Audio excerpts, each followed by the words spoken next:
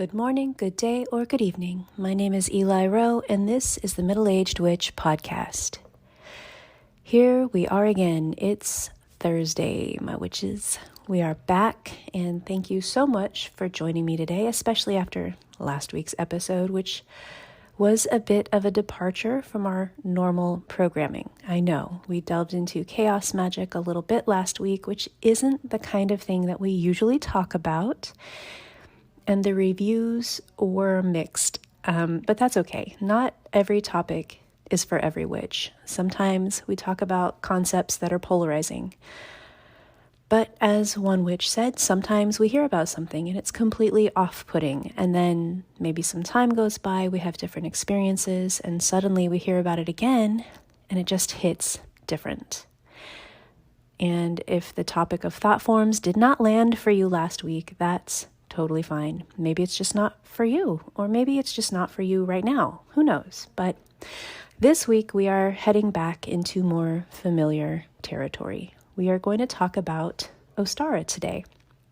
The March equinox is coming up on the 20th, so we have just about 11 days to get our ducks in a row for any rituals, tributes, or ceremonies that we may want to put together. But first, I want to read an email that I received a couple weeks ago with a really cool story that I wanted to read. It's not a spring story per se, but it gave me some spring vibes, and I wanted to read it anyway. Listening to your fairy episode reminded me of a time when I had taken my girls to the lake on my parents' property. There's a strip of forest there. It's not very large, but it is just a completely magical place. My family's land has a lot of energetic spots and portals, but that's another story. You can feel the fairy magic in the air here. Everything is so green, the spirits of the trees and the plants, and we call it the enchanted forest because that is what it is. We had been playing and walking and just enjoying being in nature, and then we headed back home. We have 35 acres, so it's a bit of a walk. When we got home, I distinctly remember hanging my keys up on their hook and then going on about my day. I went out to run errands later and couldn't find them. Finally, remembering our walk from earlier, I got a bit miffed and told the fairies off and said they better give me at least a hint of what they did with those keys. Before I could even finish the sentence, I was bombarded with images of the woods and a birch tree branch by the edge of the woods. Sure as shit, as soon as I walked my butt out to that woods, there they were, hanging from a birch tree branch, plain as day, glittering in the sunlight. I've moved since then, but no matter where I go, I always seem to sense the fae folk nearby. Now, I loved this story. I mean, this is some real fairy bullshit, isn't it? And I love the description of this witch's family property. It did remind me a lot of the field that's near our house and all of the weirdness that we sometimes feel while we're there. And then there is one last email before we dive in today, and this one is just a snippet from a larger message that I received, but it's got a really cool moon ritual that this witch and her family have devised. And I know the full moon was already on Tuesday, but this is just one to keep on the back burner for next month, especially if you have little witches in the house. I have really loved coming up with new moon and full moon rituals with my family. Our new moon ritual is to write out some intention to try and improve ourselves. But for our full moon ritual, we made moon muffins and put a birthday candle in each. We said something we were grateful for, blew them out, and then ate the muffin. We had an extra muffin that we are leaving out for the moon and the house fae with some wine. And my 4-year-old drew a picture for the moon. She wanted to burn it. She is already so witchy and has no idea. And for any witchy mamas out there, my kids love my tarot cards, but some of the pictures are a bit adult, so I found a tarot deck for kids. They love having their own deck and doing a card of the day each morning. My 6-year-old's favorite card is the Tower, and my 4-year-old likes the moon. So I'm going to put a link to the tarot deck that she's talking about. It's called Tarot for Kids by Teresa Reed and Kaylee Whitman, and it's really cute. And I would totally have bought it for my kids back in the day when they were little, if it had been a thing.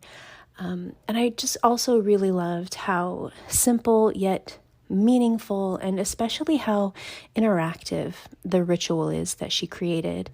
This witch has combined cooking with intention and some candle magic to create an excellent means for enacting those full moon manifestations or expressions of gratitude. And of course, it's always nice to leave a little something for the house fae. We like to keep them happy.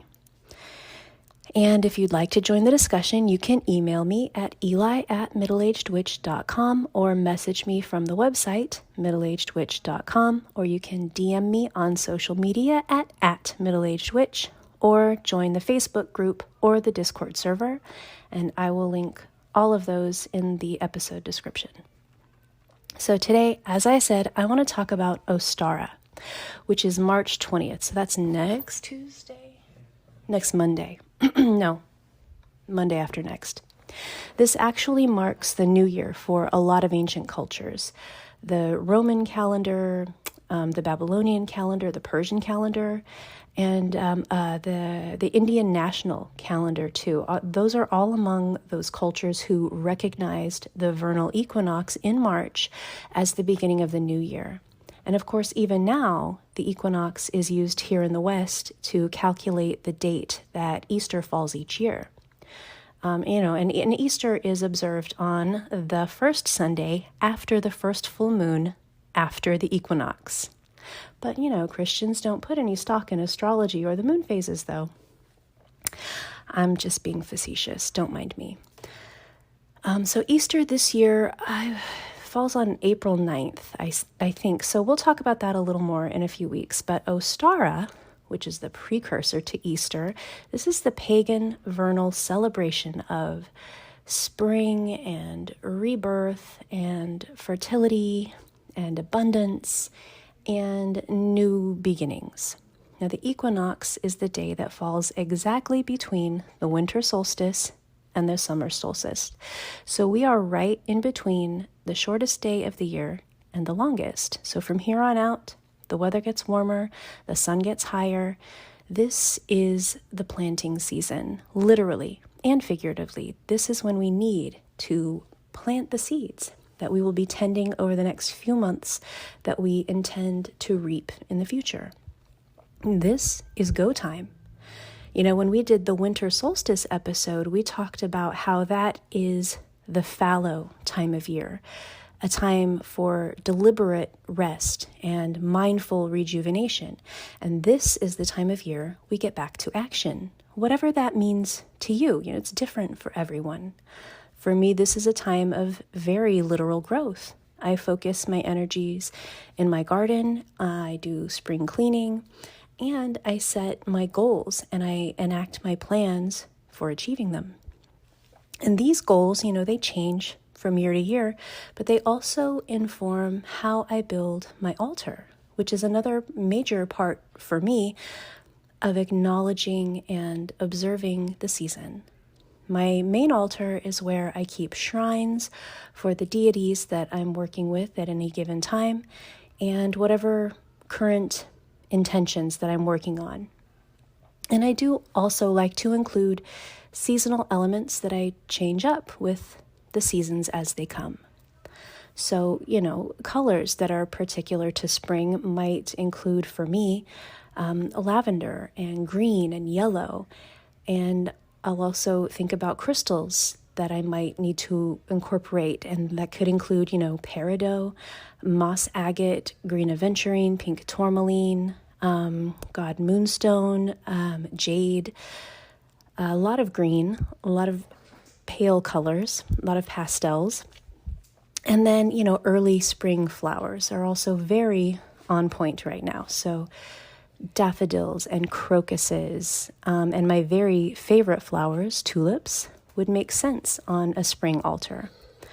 I also have some hand-painted eggs that are really special to me that I'm going to be keeping out for the season. And if you've got any kind of animal totems that are appropriate for spring, like rabbits, lambs, and birds, that could also be very fitting.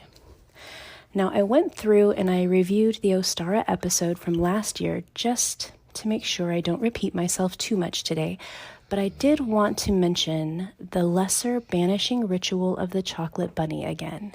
This is a cute little ritual, and I did talk about it last year. The kids love it, and it's a lot of fun for everyone, and there's just tons of candy involved in it, and it's a great way to introduce ritual to your little ones while also keeping things light and silly. I am going to put a link to the ritual in its original form in the episode description so that you can check it out and see if it's something you'd like to include in your celebrations this year. But it's just totally customizable in terms of the script that you use and the candy that you decide to include. But it's just a really cool way to reinforce correspondences to little witches. Okay, and John is here and he's breathing really hard, so if you can hear him snoring, I apologize. So basically, I'll go through the Cliff Notes version of this ritual, which is this. So you get a bunch of jelly beans and some marshmallow peeps, and also a chocolate bunny for each person who's participating in the ritual. And then, there's, like I said, a little script, and you eat the jelly beans according to each color. So, the yellow jelly beans would represent the sun, and the blues would represent the bluebirds, and the purples represent like the butterflies or whatever. And then the marshmallow peeps, because they're shaped like chicks, would represent new life. And then the big finale is the chocolate bunny itself, which represents Ostara as the embodiment of spring. It's so cute, and it's such a fun ritual, and it can be a beautiful culmination of an Ostara celebration to include a big feast with seasonal foods and an egg hunt and anything else that strikes your fancy. But again, I'm not trying to just repeat last year's episode. So as I said, I will link it in case you're interested. But there are so many other tales and origin stories and obscure deities of the season that I didn't include last year. Every culture has a unique spring celebration, and they're all so rich and just fascinating. And one that I think is very interesting, but not overdone, is the Feast of Anna Perenna, who is an ancient Roman deity who actually represents the circle or the wheel of the year. In fact, her name, Anna Perenna, means per annum. Her festival fell on March 15th, the Ides of March, and it would have marked the first full moon of the Roman New Year. Offerings were made to Anna Perenna to ensure that the circle of the year would be completed happily. Sacrifices and prayers were made to her at this time.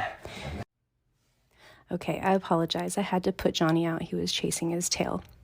So, as I was saying, sacrifices and prayers would be made to Anna Perenna during this festival. And of this festival, the poet Ovid wrote in the year 8 AD, "On the Ides is held the jovial feast of Anna Perenna, not far from the banks of Tiber, who comest from afar. The common folk come, and scattered here and there over the green grass they drink, every lad reclining beside his lass. Some camp under the open sky, a few pitch tents, some make leafy hut of boughs. Others set up reeds in place of rigid pillars, and stretching out their robes, place them upon the reeds. But they grow warm with sun and wine, and they pray for as many years as they take cups, and they count the cups they drink." So here we see Ovid describing these young lovers gathering on the banks of the Tiber River to fraternize and flirt and pray for as many years as they drank cups of spirits, essentially a drinking game with socio-religious undertones, which I fully support. This celebration involved a big feast for the community, just lots of drinking and revelry. Now, some ancients identified Anna Perenna as a moon goddess, and others conflated her with Themis, the Greek goddess of justice and divine order.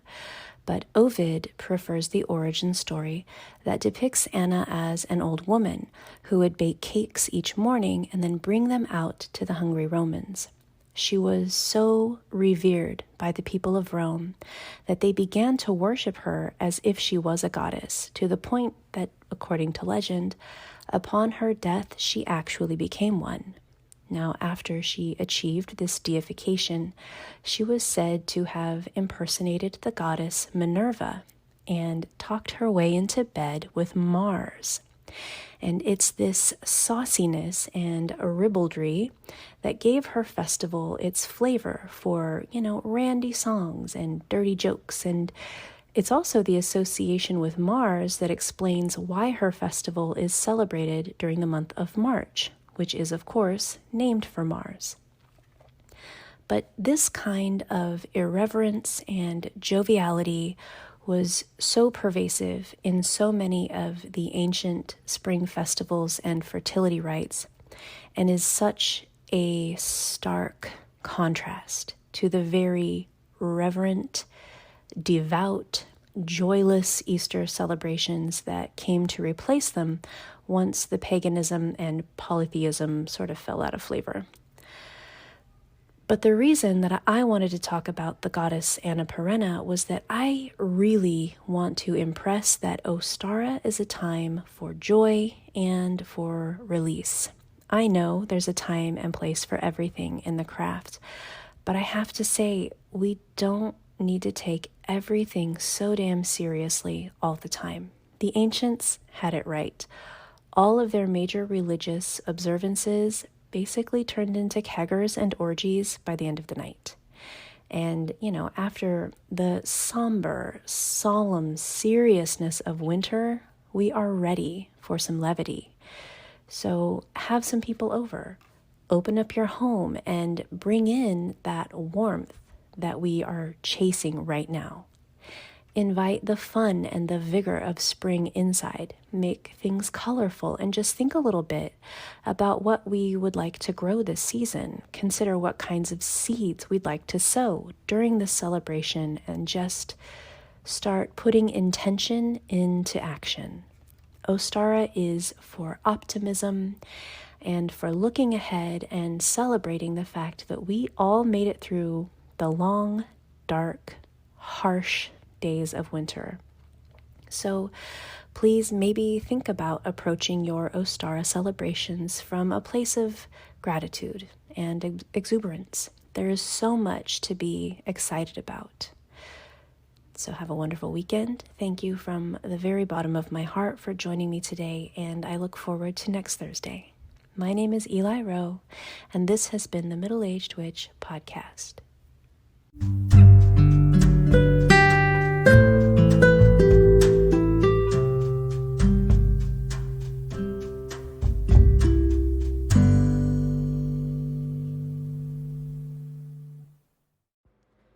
The content of this podcast is not a substitute for direct, personal, professional, mental, or medical health care and diagnosis.